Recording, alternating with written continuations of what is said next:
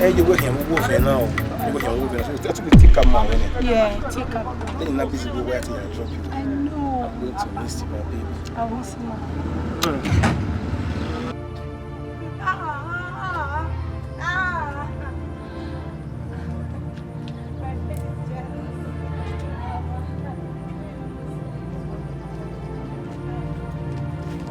All right, boss. I love you.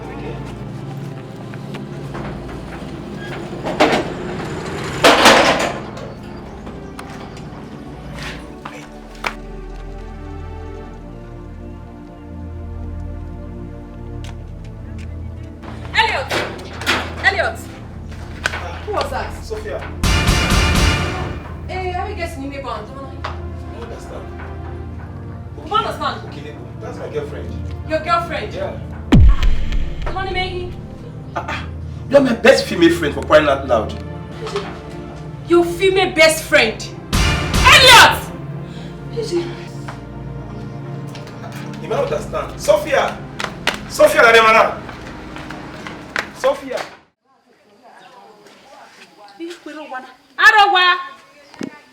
Arowa, you know ma. Hey, man, no ma. Hey, man. Go away, man. Hey, you are. Hey, Arowa. Hey, Salobua. Go with you now when of ya. Arowa, hey, Salobua. I'm a lasika. You go tell you here. Who can we go to where you? Oh, ya me worry, or the man gave you a walk away, Ladiane. Now, Mammy, Eva, Ine, he said, now go marry, and we're going to where I give you, Vienna. When? Oh, my problem. Or the Adine. Oh, back. Now, marry, and then, Mamma, never worry, Ma. Call you, man. Where go, Water?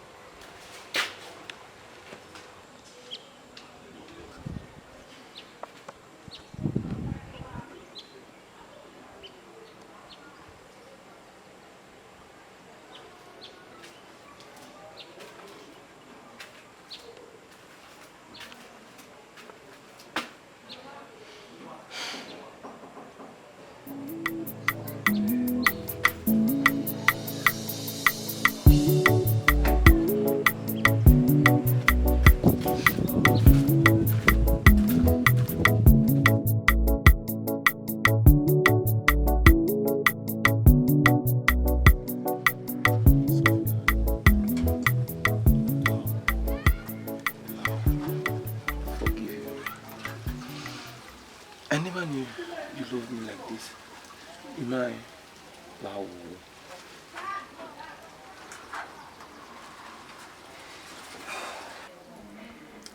The boy, no problem. Now, He said big more. I can't kill myself because the man I love someone else. It's all good.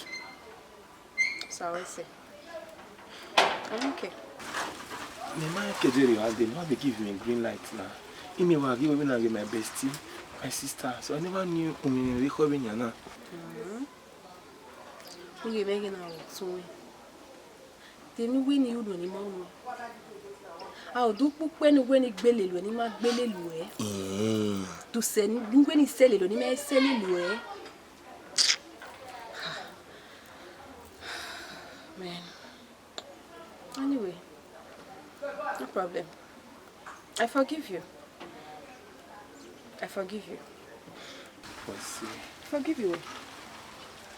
But I want you to know one thing, that I will always love you. I will always love you. Definitely.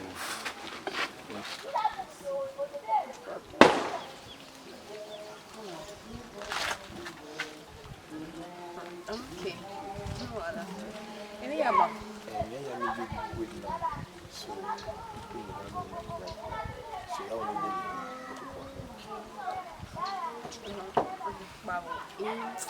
You hear me, boy?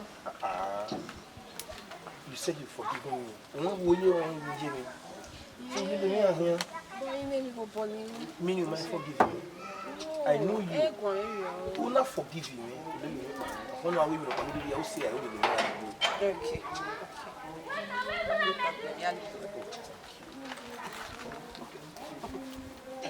We have to go. We have to go.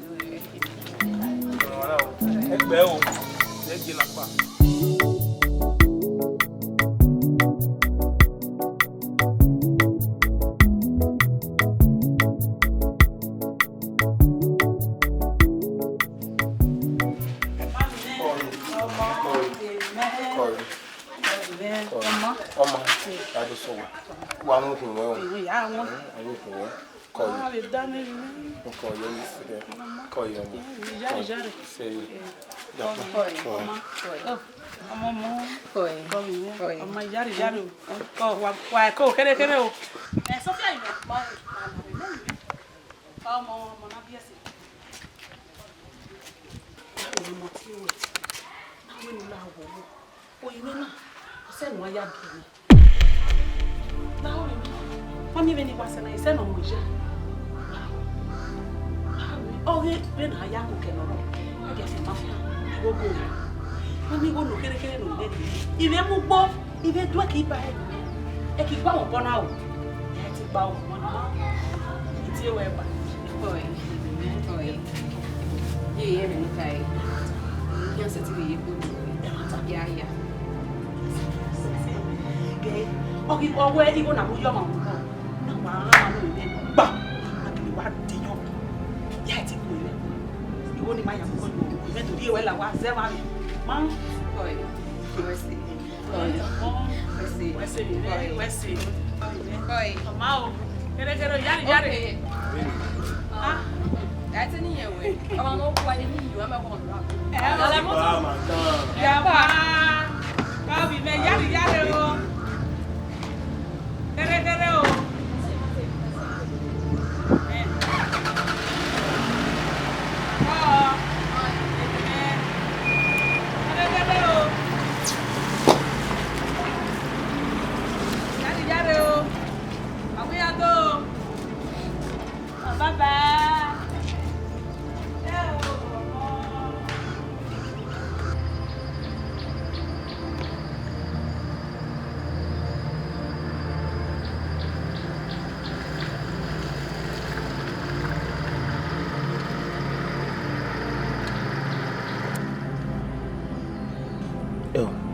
What will you do? What happened? Israel way the Omei said here people. You know me. We wait, man. We need her. You know very open now. You know we are here. We see. Last minute. Oh, man, say we know. C'est bien. C'est bien. Walking now.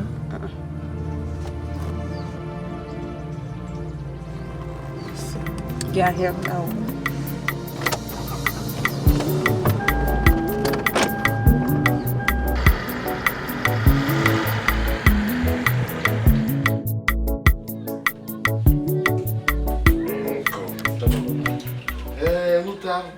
Nunca acabou em um. Eu tu ainda ia filho o acaba menor. A boda na temata. E me aze viu no yoku. Ni juwe oku ni juwe mo o mase because iluwe juwe o kasa pokowe. Our parents emi ya ma begi ni ya begi. Udoni ya wanu de ni juwe buwe no yoku no ni ri no. Epa. Ege na ana yeso ono. Ege na begbe ni eni gbera ni. Ege na oku ni hati we mu ohian go for. Amorova iyan bi me gba stay yo wa. Ma wo gba stay yo wa. Ege na yeso ono ma. Yeah. Sometimes my begging ni wa begi we gbe wa. Ori my we ma wa ta ma we na sa ni mata. But onye no ro you we mo ozo gulu yo mama. Bros, ege na. Me ma koyo ni yiye. Oku ni hati me mu e kan lele. Aye zeno again now. That is okay your mobona. Wa ka be yo. You go there don't ba go le ka bo.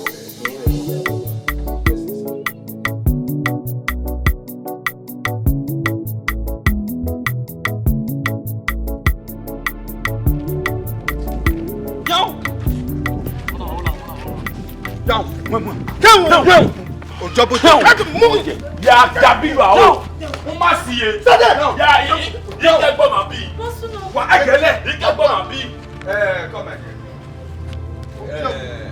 One boy na. One boy na. Oh, you ma mo e de o we girlfriend yan re mo now. You ma mo ya dey. Ai girlfriend we wo. Girlfriend of very man, bros. Where? Any girlfriend in ma. Where my girlfriend where one? Oh no no. Me. And 35. Out to the go boy. But what in me? Anyone Tracy baba? Tracy abi? Tracy, yes. Tracy baby. Tracy baby. Gay. Mi mamu e wo to ban. Avi beki ko ya fefe ni widu ni o. Iyan wo di o gbere o mu na piyan. Eji. Beno ke. Ese we party o e fi ore. Eye to be na we gekene girlfriend yin ji. Oji ma de et ma gegere. Why you ma cool? So I dey lose my temper sometimes so. Come my dear. Yen na girlfriend. Yen na yen. Brother. Atamene kere. No,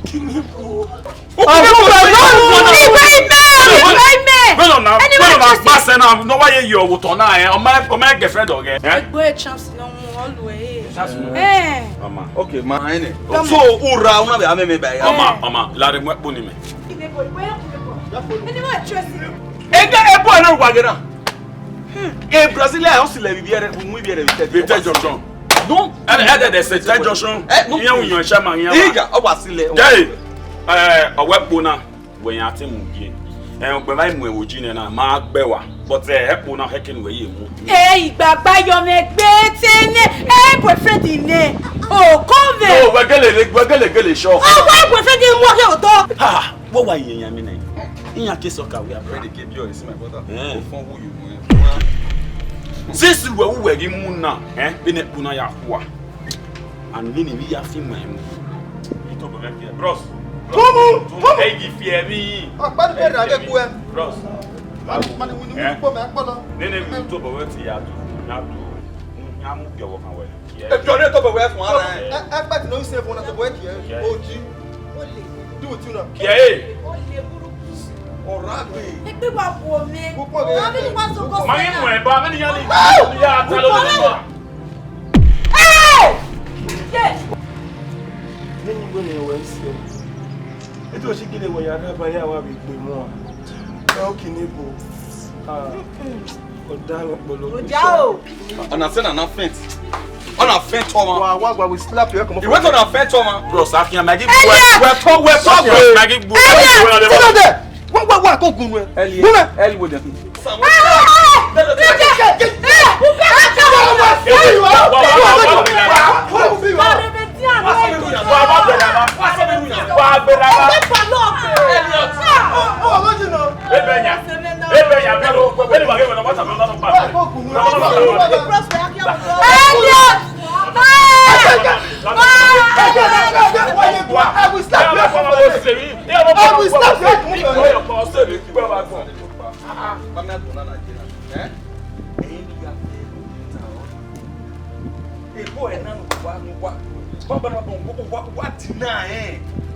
What deny as in your man, baby, and the boy that he go get what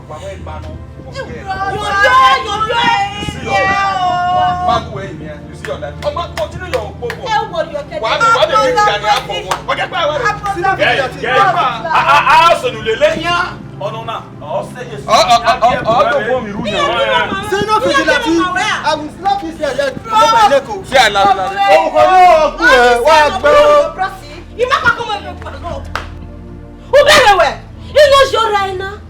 Como snatch? E snatch your back or snatch na.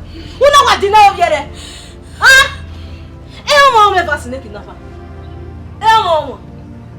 Bene e shi na boy be to se ko. E I'm a girlfriend of them. I know where.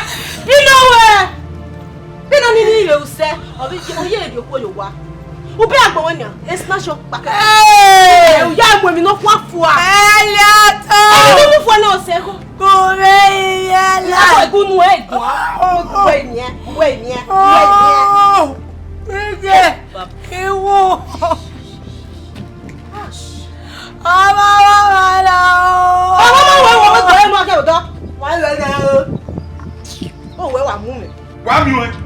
if you're better than so, we're kidnapped. Why am you? Elliot. Problem. Elliot, what's the Will you step aside? Elliot. Step aside. Are you mad? Who's what? Listen, point of correction. We are the CSO. Mother son. A vigilante man. Boyfriend, you were not. I go root you. Your boyfriend, you were not with Gino. Okay, no era. Era terra. Elliot, come here for.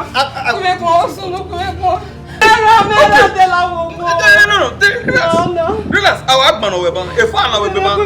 I'm going to okay now. Ojoba Jabo. Okay. You know where the hoy. You know where you are taking care. You better take medic boy. You're stupid. Talk to it. Sofia.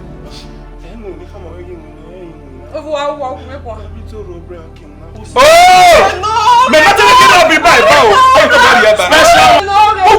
Okay, no. You hear it? You go when I am when myself. Okay, no era. Why you not in there? Look at our hand. Yeah. And I rub and correcting ring. You're joking. Yeah, the ring fits. And I rub and correct free ring. Mioera? Yeah, nah. Ya caviario. You may keep yeah, you're not turning. We may get your friend. It's a charger.